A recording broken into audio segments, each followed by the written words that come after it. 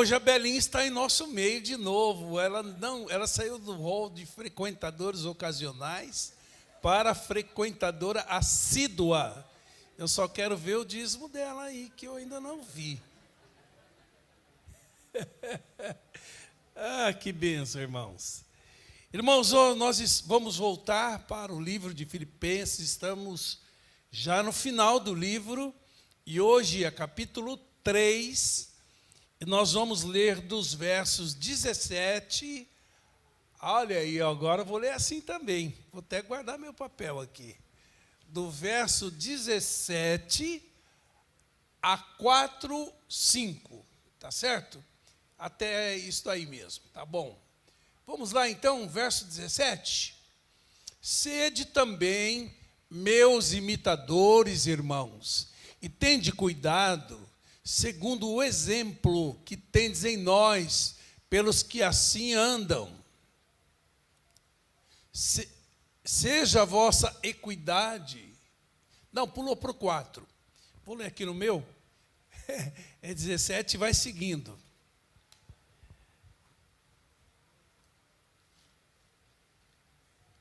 (18) Mas há muitos dos que muitas vezes vos disse, e agora também digo chorando, que são inimigos da cruz.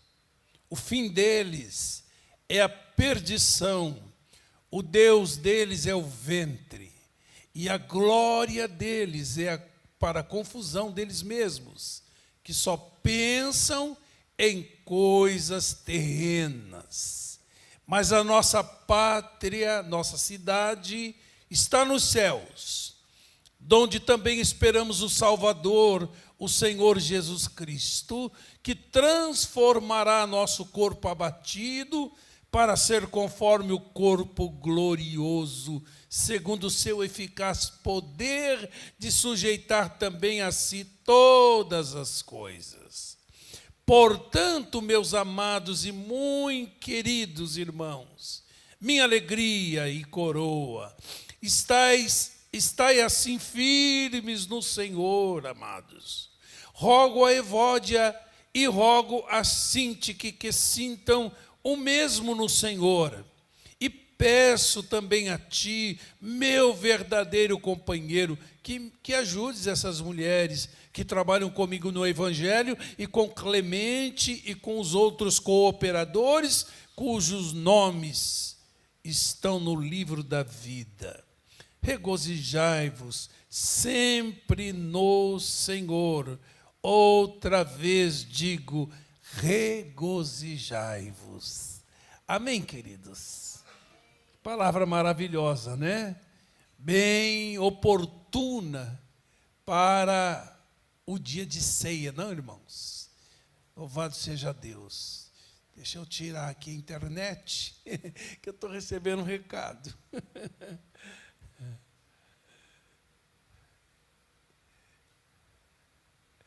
Muito bom.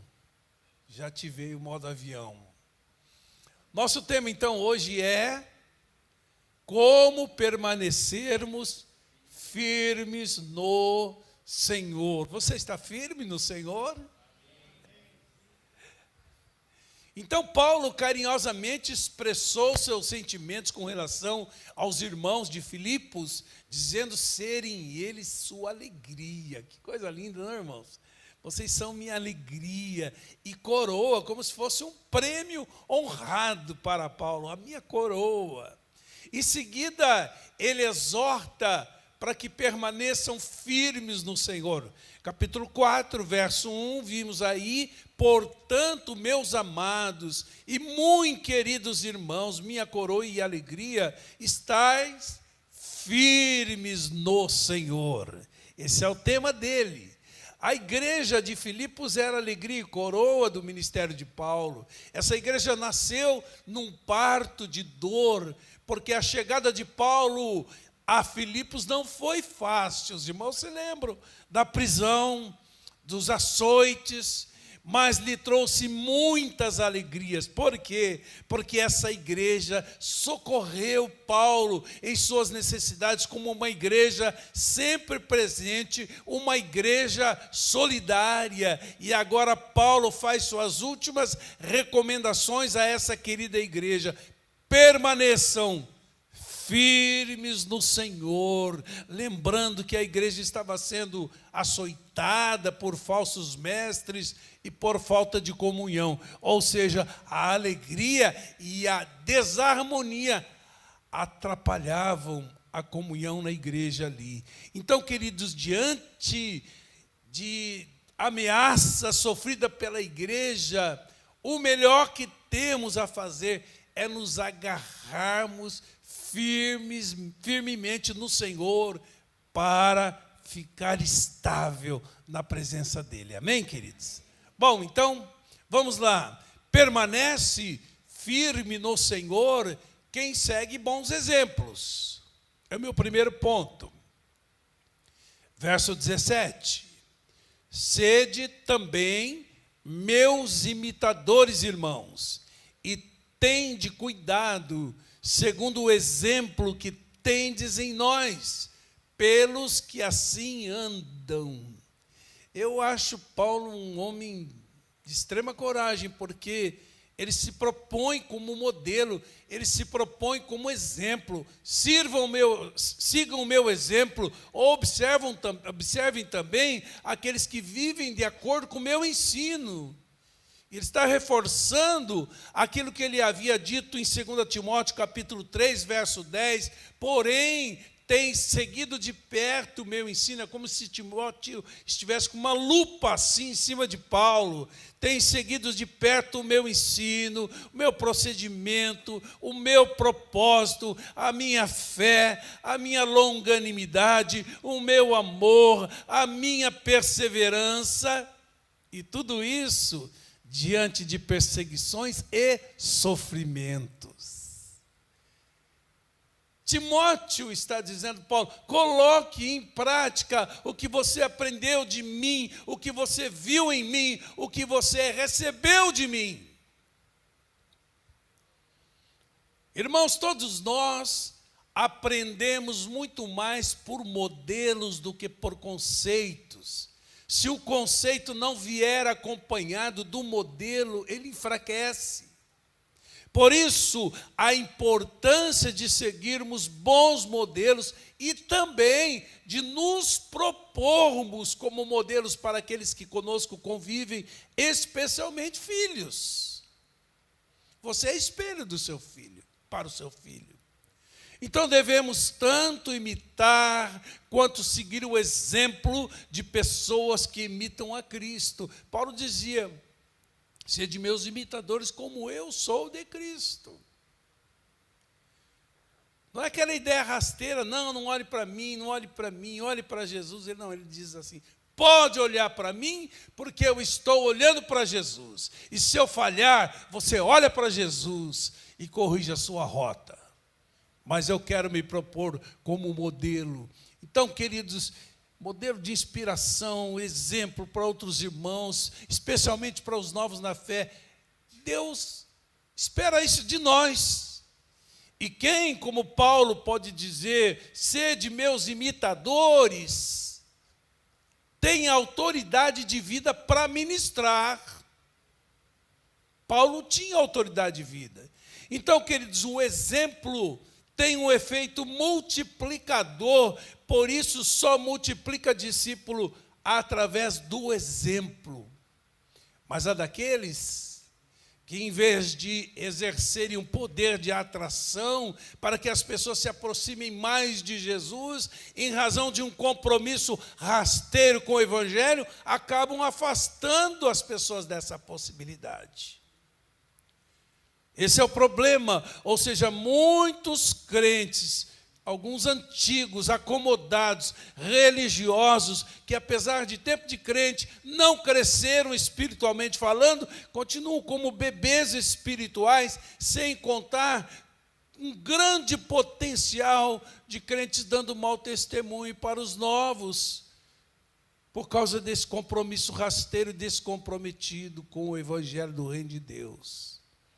Os irmãos se lembram da máxima que temos repetido aqui de John Maxwell: nós ensinamos o que sabemos, mas geramos e multiplicamos o que somos.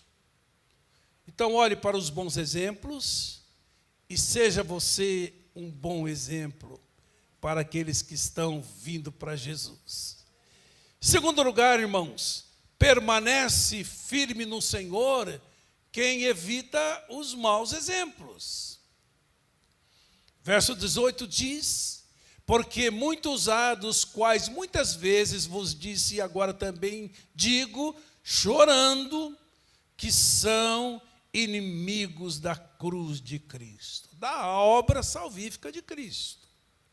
Não é simplesmente a cruz, mas o que ela representa.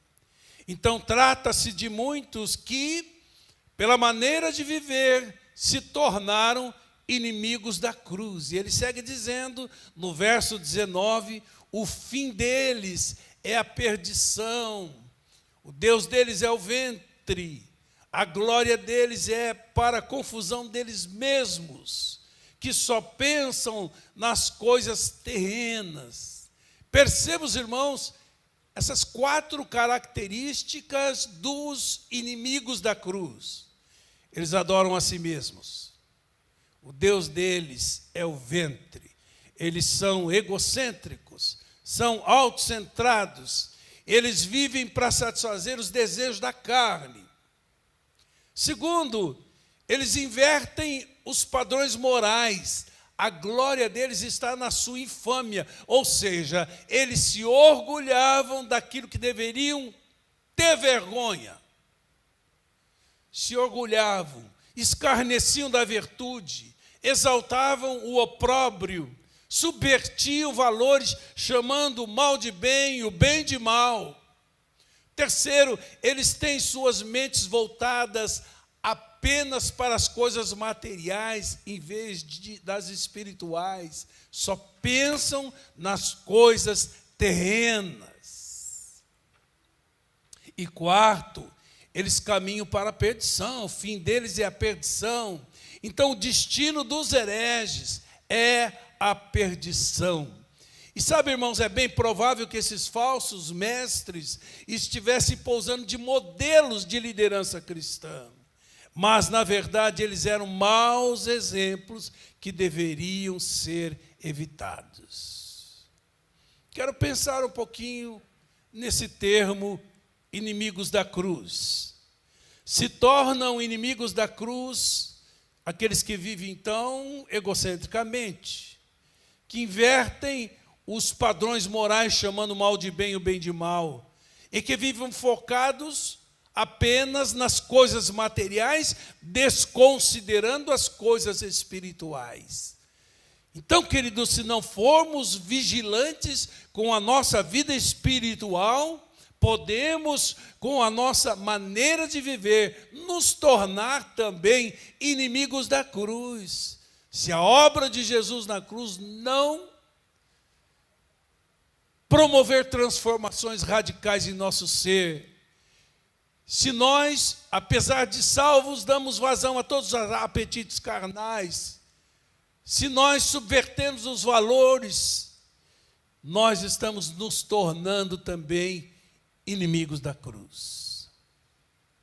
Terceiro lugar, permanece firme no Senhor quem vive como cidadão do céu.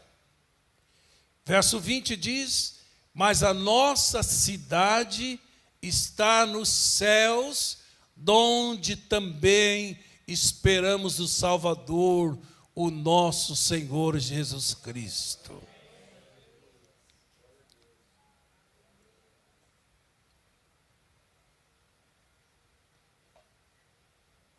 O céu é a nossa pátria. Essa expectativa de habitar numa pátria superior é que deu força aos heróis da fé, descritos em Hebreus 11, para o enfrentamento das lutas e perseverança nos propósitos de Deus. Hebreus capítulo 11, verso 13, diz que crendo nelas, nas promessas de Deus, abraçando-as, confessaram que eram peregrino em terra estranha, mostravam que estavam buscando uma pátria, desejavam uma melhor, isto é, a pátria celestial. Agora, se nossa pátria está nos céus, a nossa conduta deveria ser compatível com essa cidadania, porque somos peregrinos em terra estranha. Aqui não é o nosso destino final. E esse peregrinos em terra estranha, irmãos, envolve o afrouxar de cinto com as coisas desse mundo e um lançar de raízes para cima, num viver desinstalado e disponível para Deus, onde os valores terrenos são subordinados aos valores espirituais. Quem é cidadão do céu não vive de qualquer maneira, nem como se fosse ficar eternamente aqui. Isso tem a ver com nossas prioridades, isso tem a ver com nossa agenda, isso tem a ver com a nossa missão enquanto aqui estivermos, isso tem a ver com a nossa disposição em responder aos propósitos de Deus e fazer a vontade de Deus. Amém, queridos? Você é um peregrino em terra estranha. Essa não é a sua pátria. Quarto lugar, permanece firme no Senhor quem aguarda com expectativa a volta de Jesus. Verso 20 ele diz: mas a nossa cidade está nos céus, donde também esperamos o Salvador Jesus Cristo. No verso 5 do capítulo 4, também está dito: seja a vossa equidade notória a todos os homens, perto está o Senhor.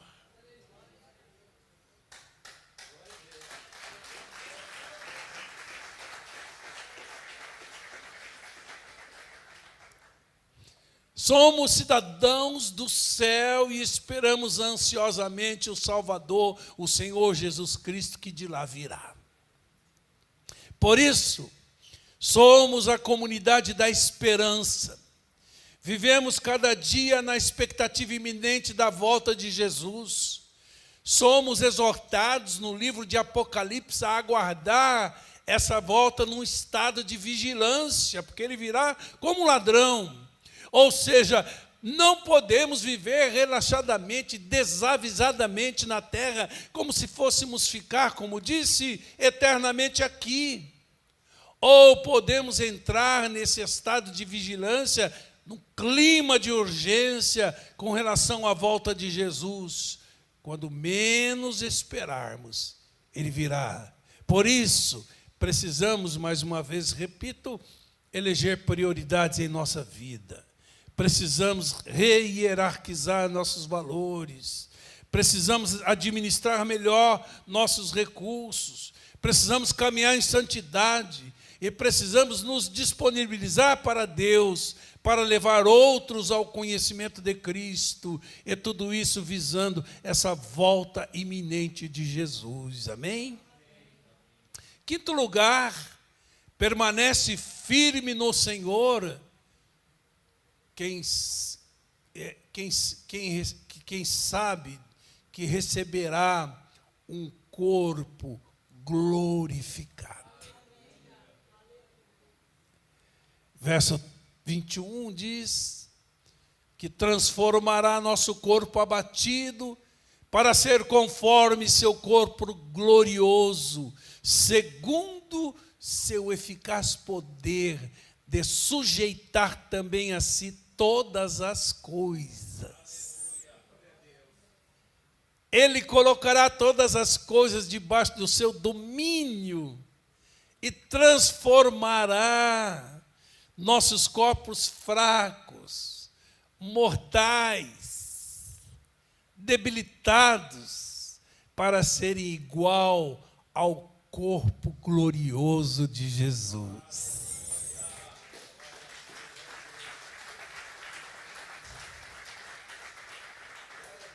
Esse seu corpo sujeito a enfermidades, a sofrimento, ao pecado, que envelhece à medida que o tempo passa, impondo limites a você, será revestido de incorruptibilidade, será revestido de imortalidade. O corpo da fraqueza será transformado em corpo de glória. Nosso corpo será semelhante ao corpo glorificado de Jesus.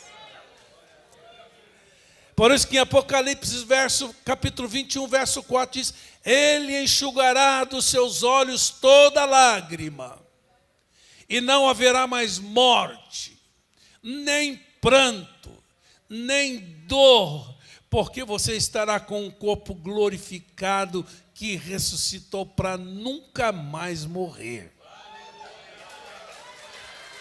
Amém, queridos? Em penúltimo lugar, permanece firme no Senhor quem preserva a unidade da igreja. Rogo a Evódia e rogo a Sintique que sintam o mesmo no Senhor. Estava havendo um problema relacional entre essas irmãs. E isso chegou aos ouvidos de Paulo. E ele não considerou um assunto de só menos importância, não. Ele tratou de tomar providências. Fez um apelo, rogou, implorou, pediu a reconciliação entre elas. E é interessante notar que Paulo não toma partido. Ele não está do lado de Evódica, nem de Sintique. Ele não está do lado de ninguém. Mas ele convida ambas à reconciliação. Que elas tivessem o mesmo entendimento no Senhor, que pensassem concordemente, que vivessem bem uma com a outra, como irmãs na fé, que resolvessem suas diferenças, que fizessem as pazes.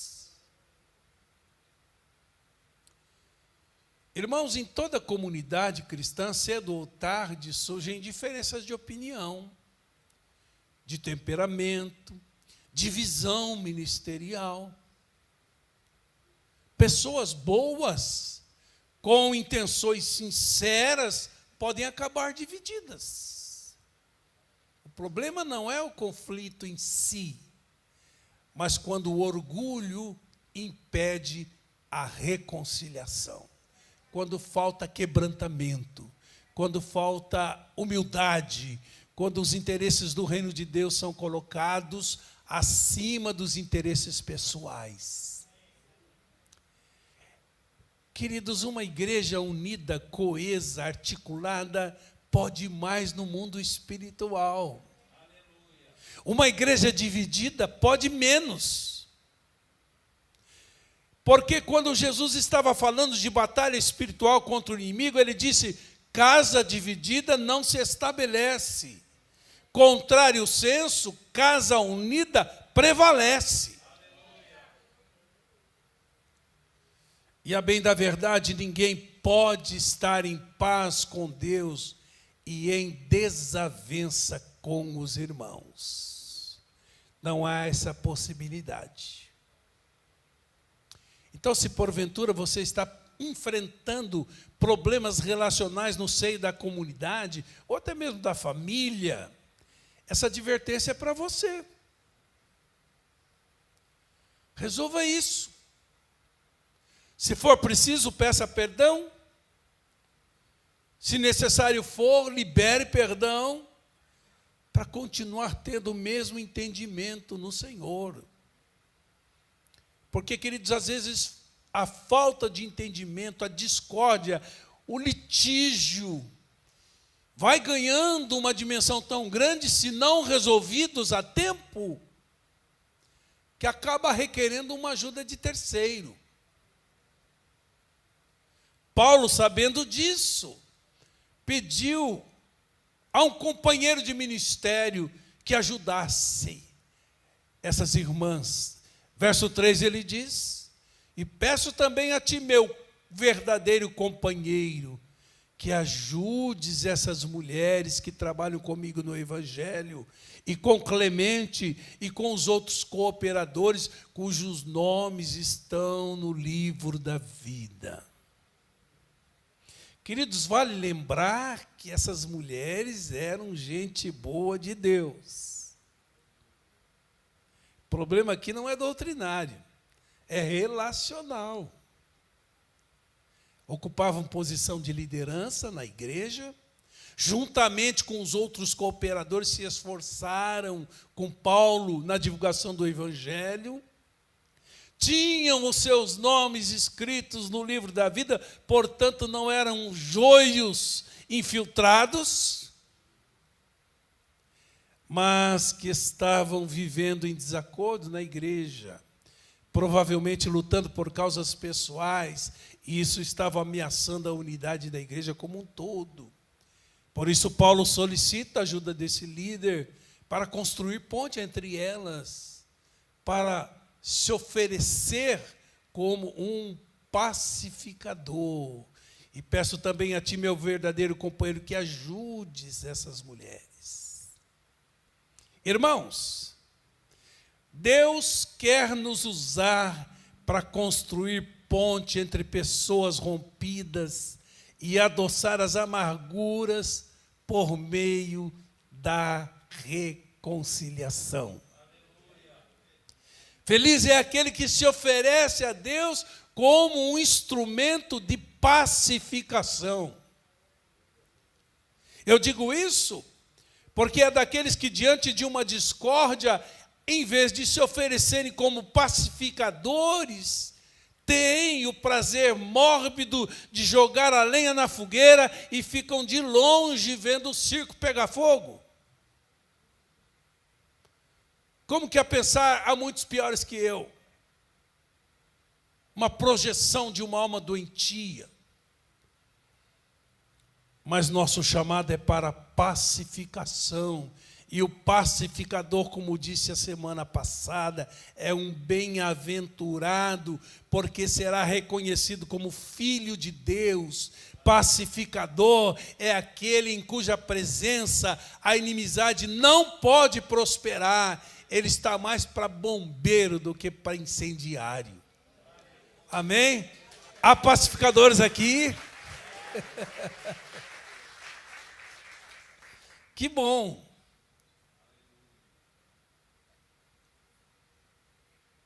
Último lugar, permanece firme no Senhor quem aprende a se alegrar nele. Verso 4, regozijai-vos sempre no Senhor.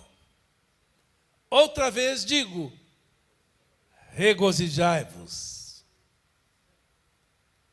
Então Paulo fala da alegria como um imperativo. Aqui é o imperativo, regozijai-vos é um imperativo, uma ordenança, certo? E é sempre,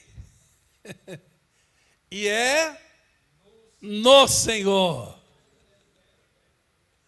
Então, se essa alegria dependesse das circunstâncias, de pessoas, de coisas, ela não seria sempre.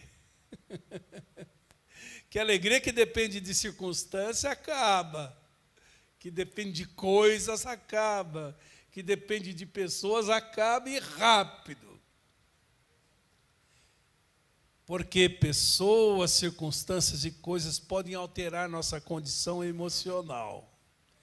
Mas a fonte dessa alegria cristã é o Senhor, é no Senhor. Eu acho lindo Jesus orando ao Pai, na oração sacerdotal, capítulo 17, verso 13 de João, que ele diz, mas agora vou para ti, digo isto no mundo, para que tenham a minha completa alegria em si mesmos. Que alegria é essa, amados? Deus é a nossa fonte de alegria. Por isso que o salmista no Salmo 16, verso 11 diz: na presença do Senhor há abundância de alegria. Então, irmãos, neste sentido, nós fomos vocacionados para uma vida de alegria, mas uma alegria ultra circunstancial. Por isso podemos nos alegrar sempre, e é no Senhor. Essa alegria é fruto do Espírito. Por isso que Neemias afirmou que a alegria do Senhor é a nossa força. Paulo passando por circunstâncias adversas, sofrendo, sendo mal compreendido pela igreja, perseguido, ele enfrentando naufrágio, frio, nudez e outras coisas mais.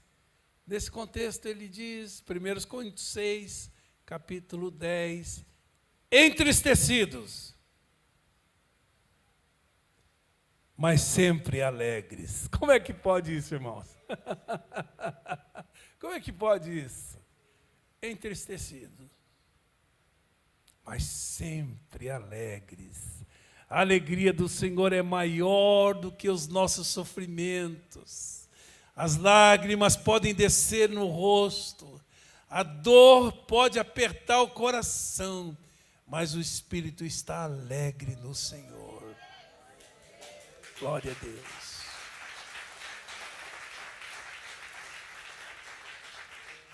Cultive essa alegria no seu ser. Amém? Aprenda a alegrar-se no Senhor e você terá estabilidade na sua vida espiritual. Você vai permanecer firme no Senhor. Concluindo, queridos, o cristão tem bons exemplos para imitar, maus exemplos para evitar, uma pátria para reconhecer, um Salvador para aguardar, uma transformação para esperar e uma alegria para o fortalecer. Por isso, ele está potencializado para permanecer firme no Senhor. Amém, queridos? Prepare o seu coração para o nosso momento de ceia agora. Pastora Bebel.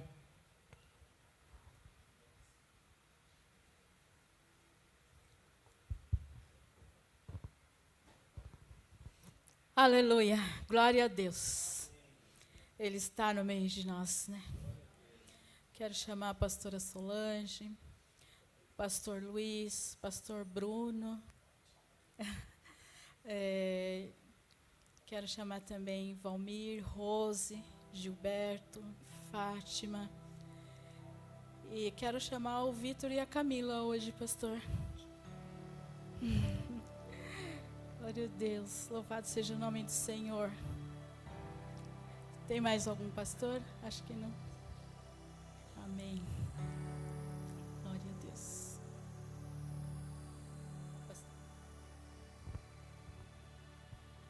Participa da ceia do Senhor, todos aqueles que já tiveram o encontro pessoal com o Senhor Jesus Cristo. Não sem antes fazer um autoexame. Esse é o momento, inclusive, a respeito do que você acabou de ouvir, se em algum ponto você se identificou ou sabe que precisa melhorar, esse é o momento de você confessar isso a Deus, de você se expor a esse sangue derramado por você na cruz, porque a palavra de Deus diz: se confessarmos os nossos pecados, Ele é fiel, Ele é justo, para nos perdoar os pecados e nos purificar de toda injustiça. A palavra é que aquele que encobre a transgressão não prospera, mas quem confia e deixa quem demonstra fruto de arrependimento alcança do Senhor a misericórdia. Amém, amados?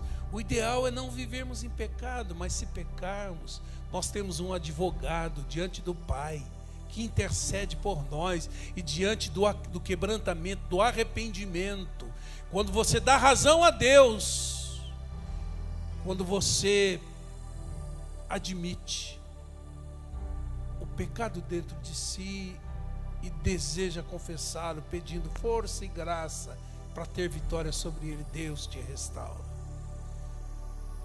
Então faça isso agora. Enquanto nós vamos orar pelos elementos, eu quero pedir que o pastor Bruno ore pelo elemento pão e o pastor Luiz pelo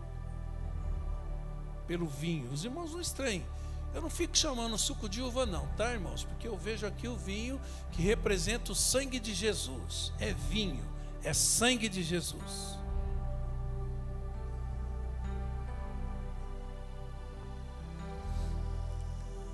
Pai amado, Pai querido, somos gratos pelo pão que representa o corpo entregue na cruz.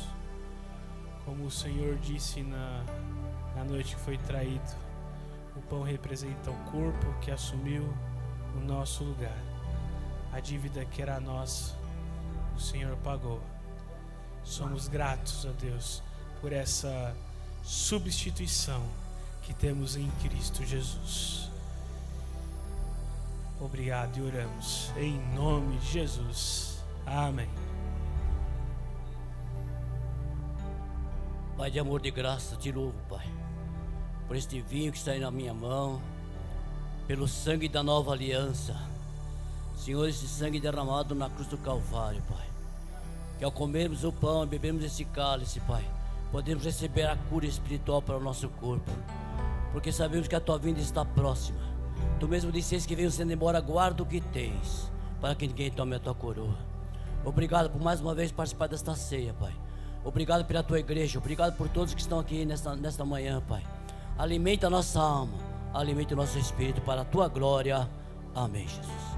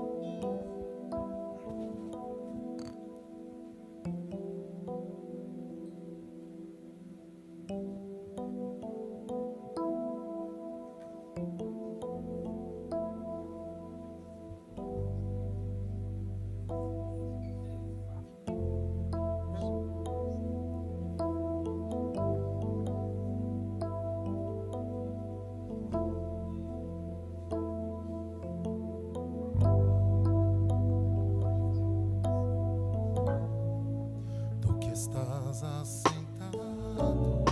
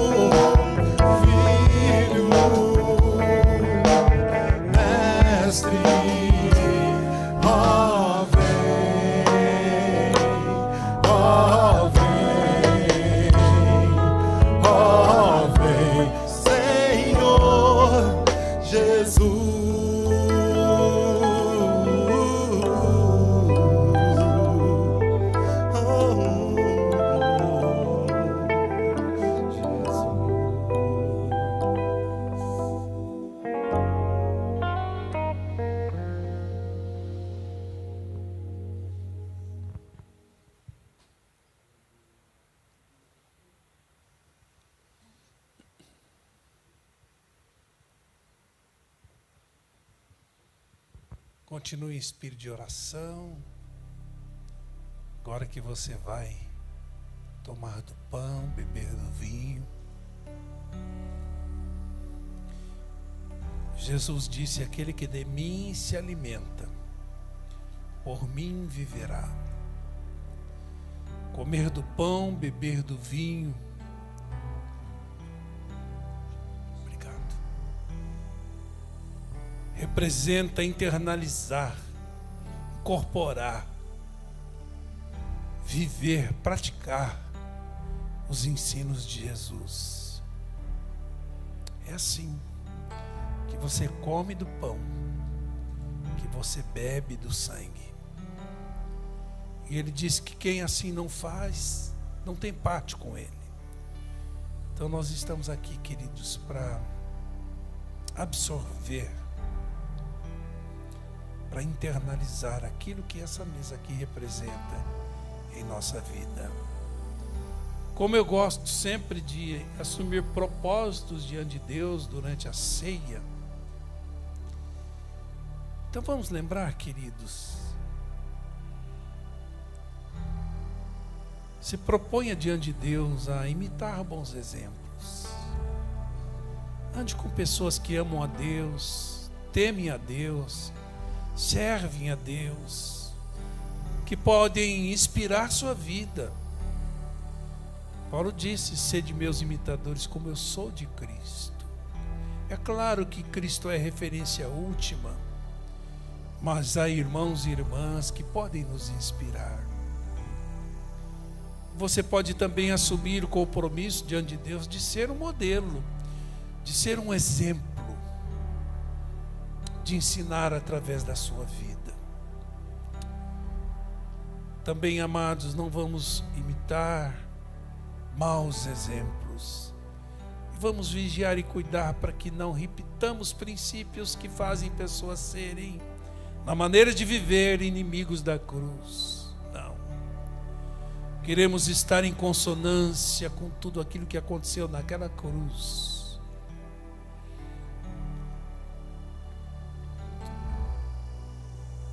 E alimentar no nosso coração, no nosso espírito,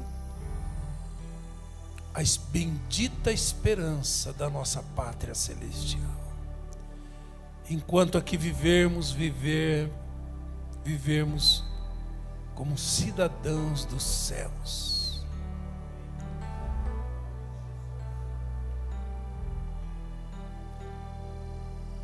E como cantamos há pouco, na expectativa também da volta do Senhor, dizendo: Maranata, vem, Senhor Jesus. E vivendo como quem está esperando o Senhor. E louvando a Deus por esse corpo glorificado que teremos. E se oferecendo a Deus como um instrumento de pacificação. Preservando a unidade que Jesus já conquistou na cruz do Calvário. E nos enchendo dessa alegria bendita que é fruto do Espírito Santo. A alegria do Senhor.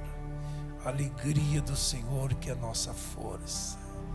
Com esse Espírito, coma do pão e beba do vinho.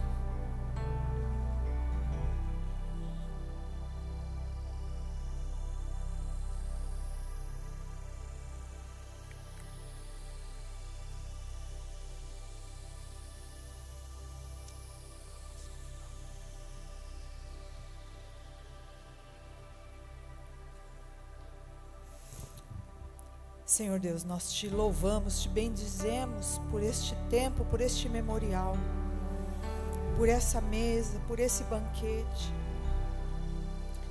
Te glorificamos, ó Deus, pela revelação da tua salvação sobre nossa vida.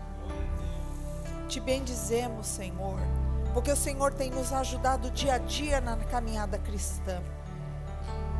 Ainda que caiamos, o Senhor nos levanta. Ainda que estejamos abatidos, o Senhor nos revigora as forças através da tua palavra bendita, as tuas promessas.